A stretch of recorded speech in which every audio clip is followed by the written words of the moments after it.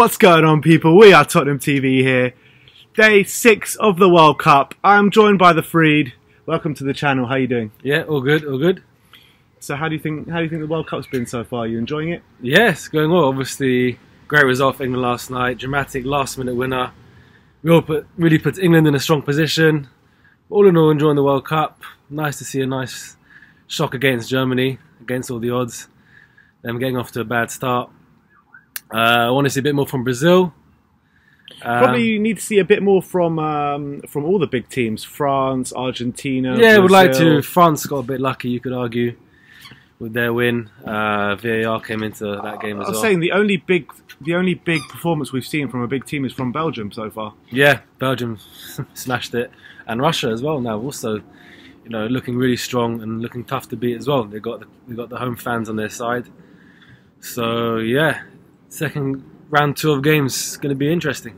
Alright, so let's get straight into it. Colombia against Japan today. Japan winning by 2-1. It was crazy that first few minutes because Colombia, Carlos Sanchez handballs it in the box. Red card in the first 2 minutes. Yeah. Kagawa converts the penalty. And it looked kind of like downhill for Colombia from there. To be fair, I thought they got into the game well in the first half. They had a lot of possession, they were creating few attacks, but as soon as that second half came, it was all Japan, to be honest.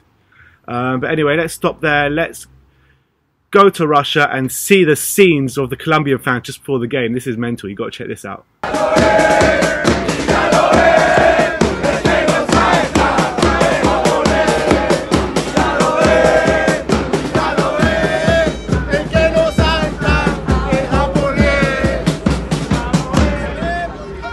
Alright, so those were the scenes in Russia.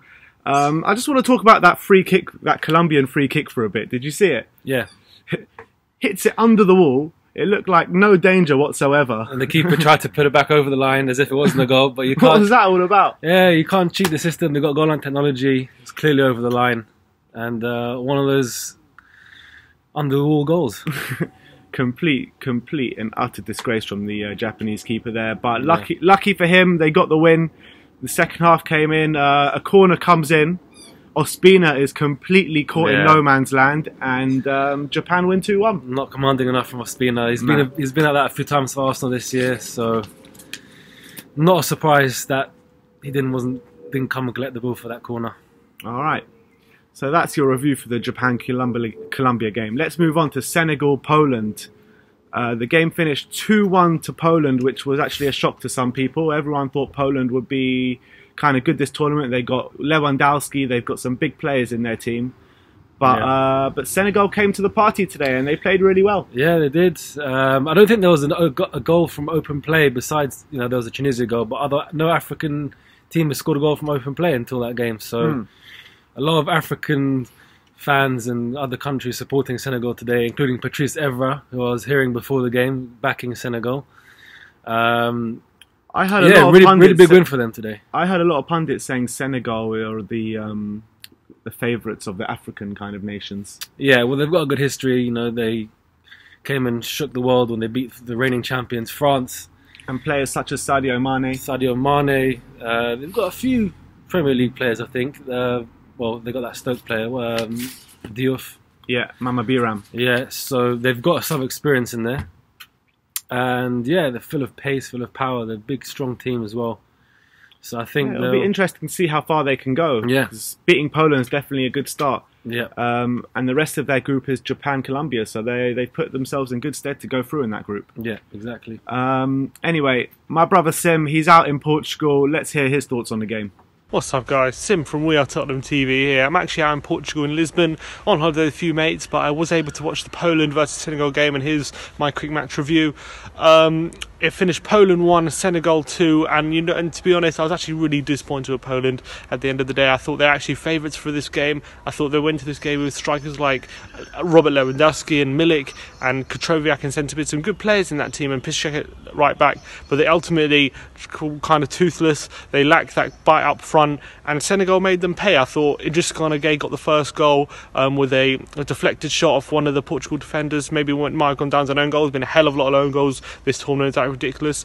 The second goal from Poland was an absolute calamity. Krychowiak on the volley, on the halfway line, plays the ball back, tries to play it ball back to Szczesny, and it just falls short. The confusion between Szczesny and defender, and in the end, Mberniyang was able to nip in and get the second goal, put Senegal 2-0 up. Poland got a late goal. Krychowiak with a lovely diving header from a crossed free kick, but it wasn't enough for Poland at the end of the day, and they're now in trouble in this group, given that they were probably one of the favourites, and in this game they looked like they could easily trouble a team like Senegal. But the big players, I think a feature of this game, the big players really didn't turn up. Mane struggled, I thought. Robin Lewandowski as well was very, very quiet, and Milik went off early. I know he's been injured all season, but all in all, a great result for Senegal, and the African teams have been pretty impressive this World Cup, and it's carried on. They had another impressive performance today. I know Poland didn't give too much, but you've got to give credit to Senegal. They came up, they took their chances, and they're now going to the next round. They now obviously go to the next round of games with 3 points, and they're in a better position in the group. Obviously still buzzing yesterday from England, still celebrating late into the night after that Harry Kane late goal. So I think the whole country, I'm loving seeing the whole country absolutely in love with Harry Kane, from Leeds to, you know, all the pubs up and down the country just going mad, everyone throwing beer at themselves. Absolutely fantastic. But looking forward to the remaining games. Tomorrow I'm going to be in Lisbon Square watching the Portugal game, so we'll get the footage of that. So looking forward to it, absolutely buzzing. And as always, come on England. Alright, nice one, Sim. Alright, let's move on to Egypt-Russia, who many people thought Egypt were actually going to take the 3 points because, you know, Mo Salah coming back and all that. Especially Liverpool fans are going to start making petitions now to keep Salah in the tournament. And I've heard a few Liverpool fans already voting Salah's penalty goal of the tournament. What do you make about that?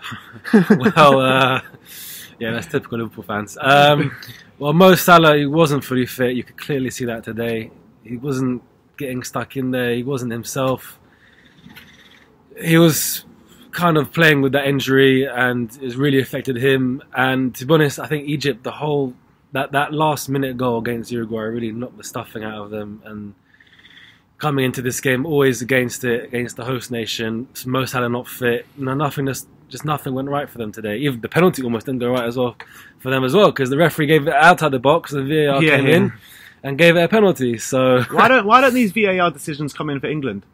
Two penalty decisions. That was ridiculous yesterday. You know, anyway, Russia have been absolutely insane this tournament. You know what?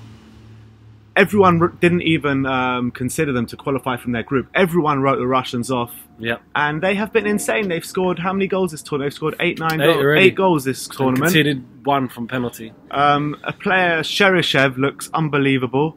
Zayuba looks really good. And who's the other player they've got? Golovkin. Yeah, him, Golovin. He is also really amazing as well.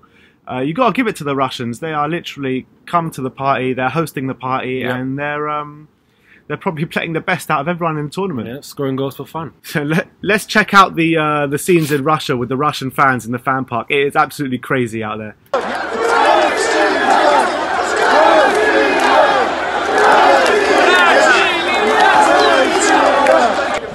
It's been the same, another disappointing performance from Egypt.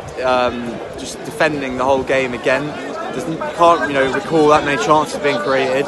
It's been the same. Thank you again. It's been the same again under Hector Cooper, the manager, who's just got to go because he's been absolutely pretty rubbish for the last 3 years. All he does is just defend. There's no attacking tactics from him, and everyone's obviously disappointed and angry at him really because it's been the same.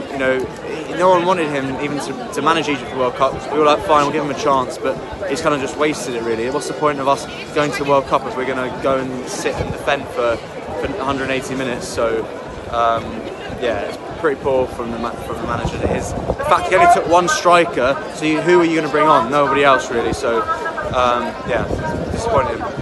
All right, so those were the scenes. I'm going to ask him one more question. Who do you think the team of the tournament have been so far? Got to be Russia, right? Yeah, you've got to give it to Russia. They won 2 out of 2, letting no goals from open play, scored 8. They're looking really strong, and who they're playing next? They're playing Uruguay. I think they'll go through. They're definitely going to go through. They've got 6 points now, so it'll be hard for them not to go through. Yeah, I think they celebrated tonight as if they've qualified for the last 16. And it'd be interesting to see how they do in the knockout stages against a big team. like Brazil or Argentina or someone like that. So yeah, it would be interesting to see how Russia go on. All right, so that's it. That's your World Cup Daily. We are Tottenham TV. Hit that like button, hit that subscribe button, hit that share button. Sorry about the lighting. And as always, come on England! Come on England!